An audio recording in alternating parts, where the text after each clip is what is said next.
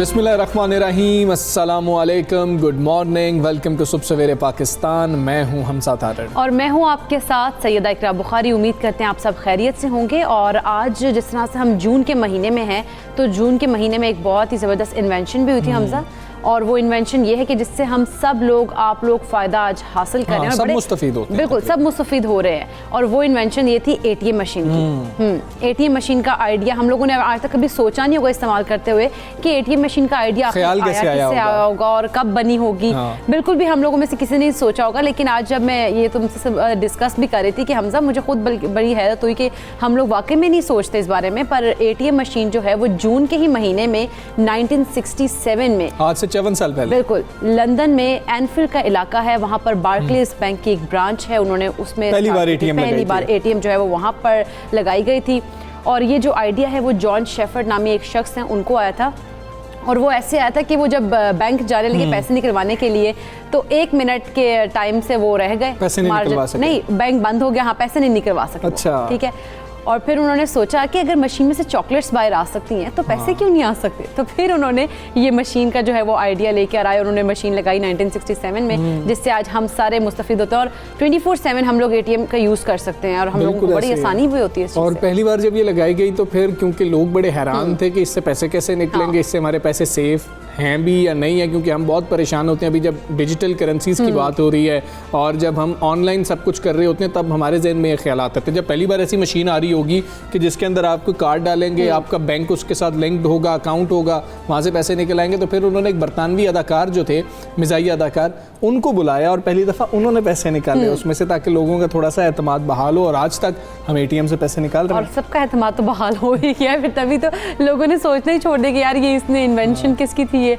लेकिन ये एक अच्छी इन्वेंशन थी जिससे हम सब लोग मुस्तफीद हो। बड़ी अच्छी इन्फॉर्मेशन थी जो इकरा ने हमारे साथ शेयर की। और अब हम बात करेंगे, कोरोना वायरस हर गुजरते दिन के साथ कमज़ोर पड़ रहा है, जिस पर NCOC ने पाबंदियों में मजीद नरमी का भी ऐलान कर दिया और 1 जुलाई से मुल्क भर में सिनेमा हॉल्स खोलने का फैसला किया गया। बिल्कुल ऐसे ही। और कारोबारी औकात की बात करें तो 10 बजे तक होंगे सिर्फ वैक्सीनेटेड अफराद ही रेस्टोरेंट्स में खाने और सिनेमा की इजाज़त उनको होगी वहाँ जाने की। और इसके साथ साथ अगर बात करें रेस्टोरेंट्स को आउटडोर डाइनिंग की इजाज़त भी दे दी गई है, जबकि इंडोर पर 50% की पाबंदी आयद की गई है। अच्छा, शादी की जो तकारीब हैं लोगों का, इस हवाले से बड़ा सवाल है। तो आउटडोर होंगी जिसमें 400 अफराद तक शिरकत कर सकेंगे और NCOC के मुताबिक सकाफती, मजहबी और दीगर इज्तिमात पर पाबंदी अभी बरकरार रहेगी। बिल्कुल, मज़ारात को SOPs के इत्तलाक के साथ दोबारा खुलने की इजाज़त होगी, जबकि पब्लिक ट्रांसपोर्ट की अगर बात की जाए तो 70% की गुंजाइश के साथ चलने की इजाज़त होगी। NCOC ने अपनी तजवीज़ में 18 जुलाई से 1 अगस्त तक मौसम गर्मा की तातीलात का भी कह दिया। हाँ, लेकिन पंजाब हुकूमत का मौक़िफ़ बिल्कुल मुख्तलिफ है। वो मौसम गर्मा की तातीलात 1 माह के लिए दी जाएँ, ये कह रहे हैं, जो 2 जुलाई से 2 अगस्त तक हों। और सिंध की जानिब से तो ये कहा जा रहा है कि हम बिल्कुल भी छुट्टियाँ नहीं करने जा रहे हैं गर्मियों की। बिल्कुल ऐसे हमजा, क्योंकि उन्होंने वहाँ पर तो लेट एक तो सिलसिला जो है तालीम का शुरू हुआ था, और अब बैन सूबाई वज़रा तालीम की जो कॉन्फ्रेंस है उसमें फ़ैसला किया जाएगा, जो जल्द ही तलब किए जाने का भी इम्कान है। जबकि सिंध हुकूमत ने अगर बात करें तो उनकी रवा साल उन्होंने मौसम गर्मा की तातीलात, जिस तरह से हमजा तुम पहले गए थे, ना देने का ऐलान किया है। तो अब देखना यह है कि शायद मुख्तलिफ फैसले किए जाएंगे सूबों की जानिब से। NCOC क्या सोच रहा है, वफाक क्या सोच रहा है, और ये क्यों सोच में इतनी तब्दीली आ गई है कि कुछ लोग कह रहे हैं कि मतलब एक सूबा कह रहा है कि ज़्यादा छुट्टियाँ होनी चाहिए और एक सूबा कह रहा है हम बिल्कुल छुट्टियाँ नहीं करेंगे। तो बात करेंगे पार्लिमानी सेक्रेटरी बराए तालीम वजीहा कमर साहब हमारे साथ मौजूद है। वजीहा साहिबा, अस्सलाम वालेकुम, गुड मॉर्निंग मैम। मैम ये बताइएगा कि अगर ये कन्फ्यूजन रहेगी, एक सूबा चाह रहा होगा कि हमें ज़्यादा छुट्टियाँ दे देनी चाहिए, NCOC की जानिब से तजावीज़ मुख्तलिफ हैं, एक सूबा कहेगा हम बिल्कुल छुट्टियाँ नहीं देंगे, तो एक कन्फ्यूजन नहीं रहेगी? अस्सलाम वालेकुम। देखें, इसमें कन्फ्यूजन वाली बात कोई नहीं है, क्योंकि NCOC में किस सूबे ने क्या डिसीजन लेना है और उन डेट्स के मुतालिक कि वो कब से कब तक छुट्टियां देंगे अपने स्कूल्स में, ये कम्प्लीटली सूबों के ऊपर और फेडरेटिंग यूनिट्स पे छोड़ दिया गया है कि वो अपने हालात देखें कि वहाँ क्या हैं और किस तरह से वो उसको मैनेज कर सकते हैं। ये उनके ऊपर छोड़ा गया है। NCOC में छुट्टियों के टाइम के ऊपर कब से शुरू होनी है, कब होनी है, ये कोई भी डिसीजन नहीं हुआ और कोई बात इस पर नहीं की गई उस इजलास में।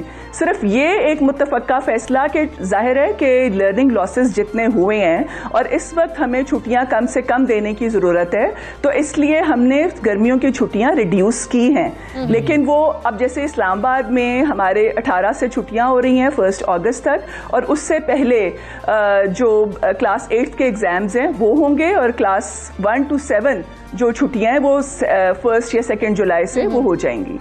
अच्छा वजीहा कमर साहिबा, जिस तरह समर वेकेशन का हम देखते हैं कि जो ड्यूरेशन है वो कम कर दी गई है, क्या इससे जो हम अगर बात करें जो हमारा एजुकेशन सिस्टम था जो काफ़ी अरसे तक लॉस रहा है, वो क्या उसका अजाला किया जा सकता है इस तरह से?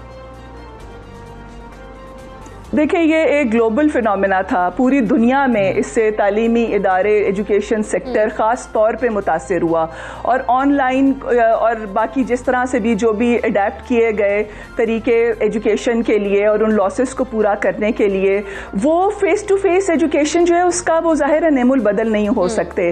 तो बच्चों की रूटीन्स जो हैं वो बहुत ख़राब हुई थी और बार बार कभी क्लोजर्स हैं, कभी बंद हो रहे हैं स्कूल, कभी खुल रहे हैं, कभी कोई आपकी ऑनलाइन क्लासेस हो रही हैं। तो उसकी वजह से वो एक रूटीन में आने के लिए, एक नॉर्मेलिटी की तरफ ज़िंदगी जाने के लिए और उसके साथ साथ अपनी नेक्स्ट जो उनके जो एकेडमिक ईयर शुरू होगा, जो उनकी पढ़ाई शुरू होगी, उसको एक रूटीन में आने के लिए उनके लिए ये बहुत ज़रूरी होगा। ठीक है वजीहा साहबा, ये भी बताइएगा कि बात हुई पंजाब ने जो तजवीज़ दी उसके पीछे रीज़न क्या है? क्योंकि सिंध कह रहा है कि हम बिल्कुल भी छुट्टियां नहीं देंगे, तो बातचीत तो हुई होगी, कुछ डिस्कशन भी हुई होगी और बात हो भी रही होगी इसके ऊपर। सिंध के केसेस देखे, कराची और हैदराबाद में खासतौर पे 10% से भी ऊपर थे, पंजाब की सूरत हाल तो बहुत बेहतर थी, फिर पंजाब ऐसी तजवीज़ क्यों दे रहा है? क्योंकि ये सूबों की डिस्क्रिशन पे छोड़ा गया था कि आपको जैसे भी जो भी सूट करता है और आप जो मैनेज कर सकते हैं। के पीछे मैम को लॉजिक भी तो ये मैनेज कर सकता है, लॉजिक भी देखा जाता होगा कि लॉजिक के आपके केसेस तो सबसे कम है। लॉजिक ये भी हो सकती है ना, लॉजिक ये भी हो सकती है ना कि वो उसको मैनेज कर सकते हैं अपनी डिस्ट्रिक्ट एडमिनिस्ट्रेशन को और जो अपना पूरा एक उनकी एडमिनिस्ट्रेशन और जितने भी वहाँ पे इन्वॉल्व हैं जो इसके अंदर लोग, उनको मिला के वो इसको मैनेज कर सकते हैं।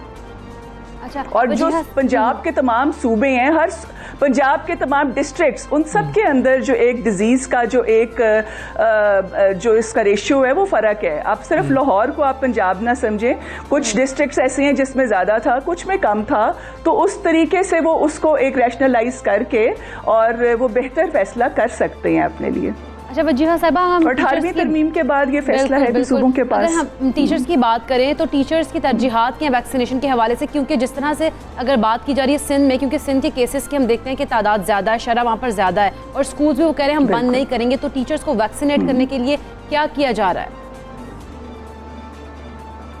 टीचर्स को वैक्सीनेट करने के लिए तरजीही बुनियादों पर तमाम वैक्सीनेशन सेंटर्स के अंदर काउंटर्स कायम किए गए हैं और उसके अलावा मैंडेटरी है कि जो एग्ज़ाम्स के लिए जो स्टाफ है और साथ टीचर्स हैं वो जब तक वैक्सीनेटेड नहीं होंगे, वो सर्टिफिकेट नहीं देंगे, तब तक वो स्कूल्स में दाखिल नहीं। और ये तो बाकी सारे जो हमारे सेक्टर्स हैं उसमें भी ये मैंडेटरी किया जा रहा है। और ICT में मैं आपको बताऊं कि ऑलमोस्ट 100% पब्लिक सेक्टर में तो वैक्सीनेशन मुकम्मल हो चुकी है और बाकी भी इनकरेज किया जा रहा है और वो बहुत हमें वहाँ से हौसला अफजा जवाब आ रहा है। सिर्फ जिनके कोई मेडिकल कंडीशंस ऐसी हैं कि वो उसमें वैक्सीनेशन का कोई इशू है, वो भी बहुत एक मामूली परसेंटेज है। उसके अलावा बाकी वैक्सीनेशन का बहुत ही एक पॉजिटिव रिस्पांस आ रहा है और इसकी वजह से सिर्फ वैक्सीनेशन एक ऐसा हमारे पास एक टूल है जिसकी वजह से हम अपनी ज़िंदगी को नॉर्मेलिटी की तरफ लेकर जा सकेंगे और यही इस वक्त ज़रूरी है। लेकिन इसके साथ साथ मैं ये भी कहूँगी कि हमें अभी भी मोहतात रहने की ज़रूरत है, क्योंकि एक ये अगर इसकी डिज़ीज़ की एक ये नीचे आ रही है, इन्फेक्टिविटी रेट नीचे आ रहा है, तो इससे हमें ये नहीं करना चाहिए कि हम लापरवाह हो जाएं। हमें अभी भी मोहतात रहना है ताकि हम इसी को इसी तरह से कंट्रोल कर सकें। ठीक है, तालीमी साल की बात कर लेते हैं वजीहा साहिबा। तालीमी साल बहुत बुरी तरह डिस्टर्ब हुआ और अभी भी बहुत कोशिश की जा रही है गवर्नमेंट की जानिब से देखा जाए, या फिर अब पेरेंट्स भी बहुत कंसर्न हैं कि बच्चे कम से कम स्कूल जा रहे हों, कुछ पढ़ रहे हों। तब्दील हो जाएगा। हम देखते थे कि मार्च में क्लासेस ख़त्म हो जाती थी, अप्रैल में नया सेशन आ जाता था, कुछ तालीमी साल भी तब्दील हो जाएगा, आगे पीछे होंगे 2-3 महीने।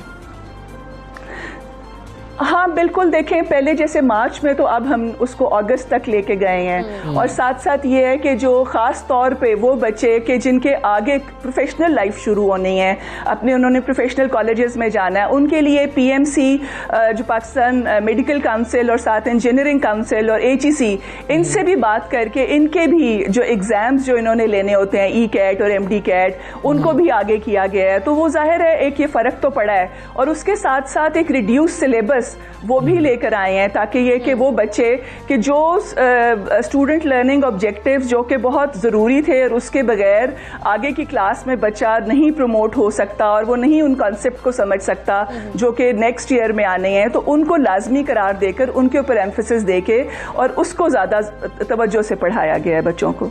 बिल्कुल ठीक है। वजिया साहब, बहुत शुक्रिया आपका। सुबह सवेरे पाकिस्तान से आप बात कर रही हैं, और तालीम एक ऐसा शोबा है जो बुरी तरह से मुतासिर हुआ, और अब कोशिश यही की जा रही है कि कम से कम जो है मज़ीद नुकसान हो सके। गर्मी बहुत ज़्यादा पड़ रही होती है इस महीने के अंदर, इसलिए बच्चों की सेहत को भी मलहूज़ खातिर रखा जा रहा है और फैसले किए जा रहे हैं कि छुट्टियां दे दी जाएं बच्चों को, कुछ कम कर दी जाए उसकी ड्यूरेशन, लेकिन यह है कि बच्चों का हर्ज ना हो, पढ़ाई का सिलसिला जो कंटिन्यूटी चल रही है उसको बरकरार रखा जाए। अच्छा, वो जो तजावीज़ ऐसी थी कि आप सुबह जल्दी बच्चों को बुला लें और जल्दी छुट्टी दे दें, ये भी अच्छी तजावीज़ थी, क्योंकि हमारा मकसद अगर गर्मी से बचाना है तो वो बहुत ज़्यादा, आप टेम्परेचर देख सकते हैं कि 34-35 के करीब होता है। अब 10 बजे 10:30 बजे अगर बच्चे घर आ जाएं, तो जैसे हम पहले देखते थे कि समर वेकेशंस में जो है समर कैंप्स लगा दिए जाते थे, तो उसमें भी टाइमिंग इसी तरह की होती थी।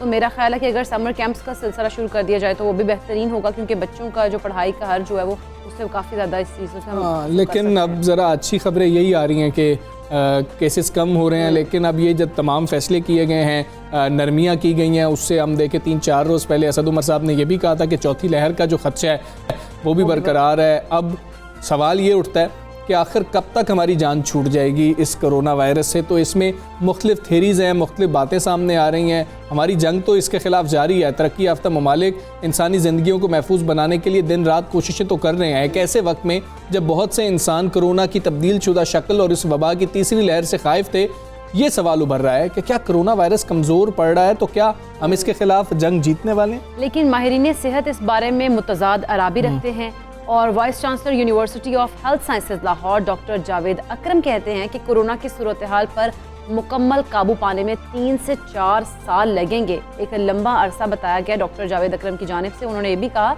कि कोरोना वायरस में 1 दर्जन से ज़ायद अशकाल सामने आई हैं, जबकि डेल्टा वेरिएंट की अगर बात की जाए तो सदेबाप के लिए वैक्सीन मौजूद है। अच्छा, उन्होंने कहा कि कोरोना की सूरत हाल पर मुकम्मल काबू पाने में हमें 3 से 4 साल लगेंगे। मतलब अब ये मुकम्मल काबू पाना वो किसको कह रहे हैं? हम तो हर्ड इम्यूनिटी अगले साल देखना चाह रहे हैं कि हमारा हो जाए 7 करोड़ का, हमारा इस साल के आखिर तक का टारगेट है, तो फिर हमें आखिर इतना वक्त क्यों लग जाएगा? ये सवालात जन्म ले रहे हैं। वैसे देखा जाए तो एक बात तय है कि जब तक आलमी सतह पर कोरोना का जोर टूटने का मुस्बत ट्रेंड सामने नहीं आता, तब तक लॉकडाउन और ज़रूरी एहतियाती तदाबीर और पाबंदियाँ तो जारी रहेंगी। अब डेल्टा वेरिएंट की जिसकी हम बात कर रहे हैं, भारतीय वेरिएंट, उसकी वजह से मज़ीद सख्तियाँ की जा रही हैं। ऑस्ट्रेलिया के अंदर जैसे आज हम देख रहे हैं कि मज़ीद सख्तियाँ की गई हैं और लॉकडाउन की जानिब वो जा रहे हैं, तो डेल्टा वेरिएंट की वजह से बहुत ज़्यादा नुकसान हो रहा है। बिल्कुल नुकसान तो है हमजा। हम सारी इस सूरत हाल पर बात कर लेते हैं। Vice chancellor university health sciences Lahore doctor Javed Akram हमारे साथ मौजूद हैं। अस्सलाम वालेकुम, गुड मॉर्निंग डॉक्टर साहब। पाकिस्तानी हुकाम का तो कहना है कि पाकिस्तान इस साल के आखिर तक हर्ड इम्यूनिटी हासिल करेगा, फिर कोरोना पर काबू पाने में 3 से 4 साल क्यों लगेंगे? देखें, कोरोना ऐसी वबा है कि जब तक आप इस पे कम से कम किसी भी आबादी में, किसी भी मुल्क में, किसी भी खित्ते में 80% लोगों को वैक्सीनेशन नहीं कर लेते, तो हर्ड इम्यूनिटी का क्रिएट होना नामुमकिनात में से है। तो जाहिर है अभी हम बहुत बड़ा मुल्क हैं, तो हमारी 80% आबादी तकरीबन 16 करोड़ लोग बनेंगे, 16.5 करोड़। तो अभी तो हम बहुत कम है, 5% पे मेरा ख्याल नहीं पहुँचे।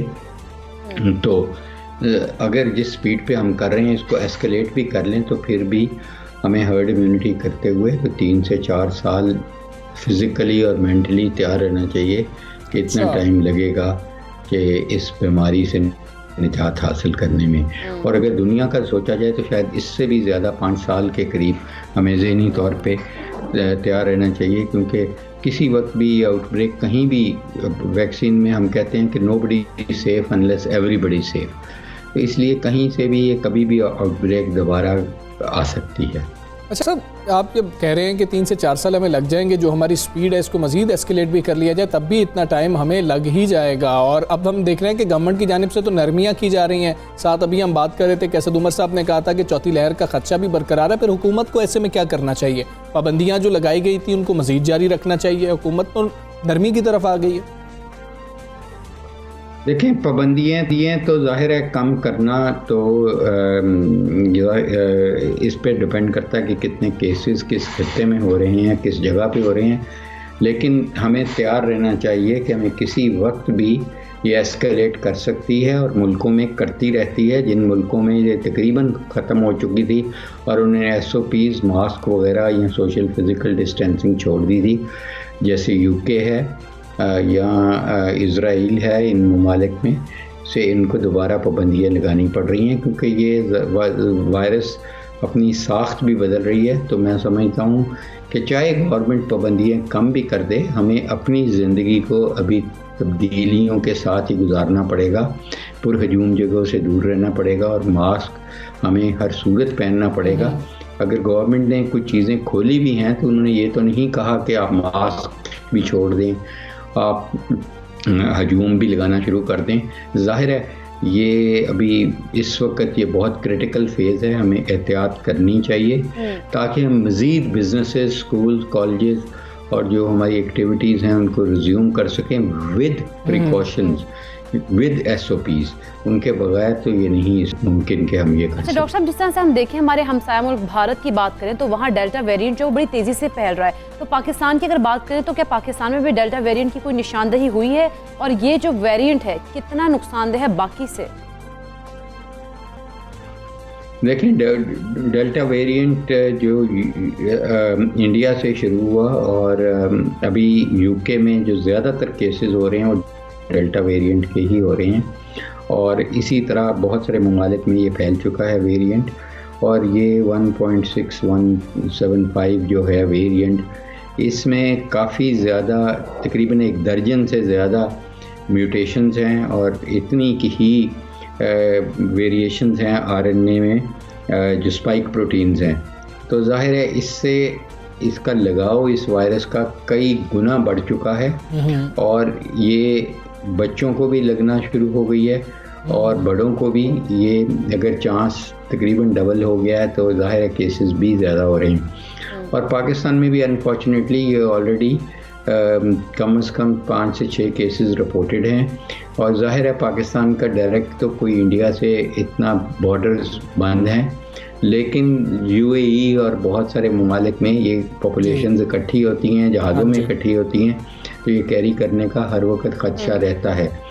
और अल्लाह ना करे कि हमारे लार्ज स्केल पे हमारे ये वेरिएंट आए, क्योंकि ये वेरिएंट बहुत ज़्यादा इन्फेक्टिव है और ट्रांसमिशन बहुत बढ़ा देता है, तो इसकी विरुलेंस भी ज़्यादा है, ये डेथ रेट भी इसका ज़्यादा है। तो अल्लाह करे अभी तक तो हम काफ़ी हद तक इससे महफूज हैं, लेकिन पोटेंशियल बिल्कुल है और हमें एहतियात बहुत ज़्यादा करनी है और हमें स्क्रीनिंग इसकी करनी चाहिए एंट्री पॉइंट से, ताकि हमारे मुल्क ये बचा रहे और हमें इसके लिए कोई हैवी प्राइस ना पे करनी पड़े। ठीक है डॉक्टर अकरम साहब, जब डेल्टा वेरिएंट की हम बात कर रहे हैं तो साथ वैक्सीन की भी बात हो रही होती है कि वैक्सीन इस पे क्या असरअंदाज नहीं है। पाकिस्तान में जो वैक्सीन खासतौर पे चाइनीज़ वैक्सीन लग रही हैं, क्या वो डेल्टा वेरिएंट के ख़िलाफ़ मौसर हैं? जो वैक्सीन पाकिस्तान में इस वक्त यूज़ हो रही हैं, चाहे वो साइनोफार्म है, साइनोवैक है, कैंसाइनो है, स्पुतनिक है, किसी हद तक फाइज़र भी अब लग रही है कुछ लोगों को, तो ये सारी वैक्सीन्स अभी तक सेंसिटिव हैं। अभी तक कोई एविडेंस नहीं है कि ये वेरिएंट डेल्टा वेरिएंट्स है या पहले भी 117 था कि वो इनको रेजिस्ट कर रहा है। तो हमें करना ये होगा कि हमें जल्द से जल्द अपने वैक्सीनेशन प्रोग्राम को एस्केलेट करना है ताकि हम जल्द से जल्द अपना टारगेट 16 करोड़ लोगों का हासिल कर सकें। इससे पहले कि ये वायरस बहुत ज़्यादा अपनी में तब्दीलियाँ ले आए, क्योंकि इनको तब्दीलियों लाने से तो अल्लाह ताला के अलावा कोई भी नहीं रोक सकता। ज़ाहिर RNA वायरस है, रैपिडली डिवाइडिंग वायरस है, तो ये तब्दीलियाँ लाएगी। इसलिए हमें भी इसको ख़त्म करने के लिए उतनी ही जल्दी अपने आप को वैक्सीनेशन कराना होगा और हर्ड इम्यूनिटी क्रिएट करनी होगी। बिल्कुल ठीक है जावेद अकरम साहब, बहुत शुक्रिया आपका। सुबह सवेरे पाकिस्तान से आप बात कर रहे थे और उनका ख़दशा इसलिए है कि अभी कि हम शायद हर्ड इम्यूनिटी इतनी जल्दी हासिल नहीं कर पाएंगे, तो जब तक हर्ड इम्यूनिटी हासिल नहीं करेंगे तब तक शायद कोरोना वबा से हमारी जान नहीं छूटेगी, छूट सकती हमजा। और दूसरा ये कि उन्होंने ये भी कहा है कि अपने आप को जितनी जल्दी हम कोशिश करें वैक्सीनेट करवाने की, तभी हम इसके ऊपर काबू पा सकते हैं, वरना तो इसके अलावा इससे बचने का कोई और तरीका नहीं है। बिल्कुल ऐसे ही आप खुद को वैक्सीनेट करवाएं। अच्छा जी, आगे बढ़ेंगे। और टिकटॉक पर पहले भी पाबंदी लगती रही, एक दफ़ा फिर से जो है टिकटॉक ऐप पर पाबंदी लगा दी गई है। और ये इकदाम जो है सिंध हाई कोर्ट की जानिब से किया गया। उन्होंने मुल्क भर में टिकटॉक पर पाबंदी आयद करते हुए एप्लीकेशन को फौरी तौर पर मुअत्तल करने का हुक्म दिया है, जबकि बैरिस्टर असद इशफाक की जानिब से दायर की गई दरख्वास्त में मौक़िफ़ अपनाया गया था कि टिकटॉक पर गैर अखलाकी गैर इस्लामी मवाद रखा गया और PTA को शिकायत भी दी है।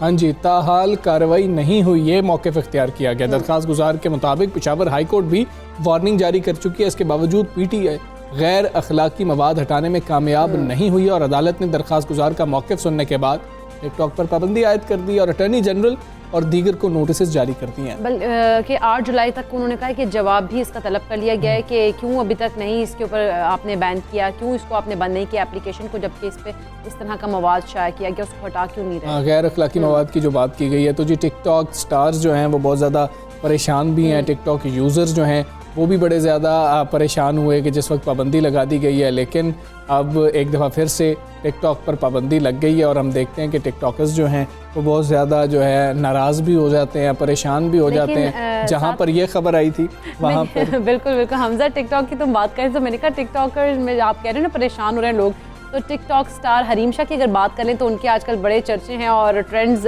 फेसबुक पे आप कह लें कि सोशल मीडिया जो ऐप्स उधर उनके चर्चे हो रहे हैं कि उन्होंने शादी की कर लिया और इसकी तस्दीक भी उन्होंने कर दिया, मगर उन्होंने अपने शौहर से मुताल्लिक कुछ नहीं बताया। लेकिन उनके फैंस इसीलिए काफ़ी क्यूरियस है कि उनका आखिर शौहर कौन होगा, लेकिन उन्होंने ये कहा है कि जो शौहर है ना उनकी क्योंकि पहले भी शादी हो चुकी है, तो पहली बीवी से जब तक रजामंदी नहीं मिलती। अच्छा, अब वो जो तस्वीर सामने आई थी, वो तस्वीर सामने आई, उसके अंदर वो देखा जा सकता है, सिर्फ हाथ देखा जा सकता है। उन्होंने कहा जी कि ये सूबाई वजीर हैं कोई सिंध के अंदर और सिंध असम्बली में होते हैं ये, और वो घड़ी थी। अब मुझे लगता है कि सब ने घड़ियां जो हैं वो तब्दील कर ली होंगी कि इससे मिलती जुलती घड़ी ना हो, और ये काफ़ी कॉमन है इस तरह की घड़ी। मर्द अक्सर जो आप देखें तो वो पहनते हैं, तो वो अब बड़ी जो है ना एक परेशानी सी थी। और कल जब ऐसा मामला हुआ कि सवाल किया गया सईद गनी साहब से, उन्होंने दोनों हाथ उठा दिए, उन्होंने अपनी घड़ी भी दिखाई, उन्होंने कहा मेरी घड़ी भी देख लो, मैं नहीं हूँ। बिल्कुल ऐसे ही हमजा, जिस तरह से हरीम शाह ने कहा ना कि मैं तब तक उनको नहीं उनका नाम लेके आ सकती क्योंकि तब तक उनकी पहली बीवी से वो रजामंदी नहीं होगी, तो उनकी पहली बीवी ने ज़रूर इस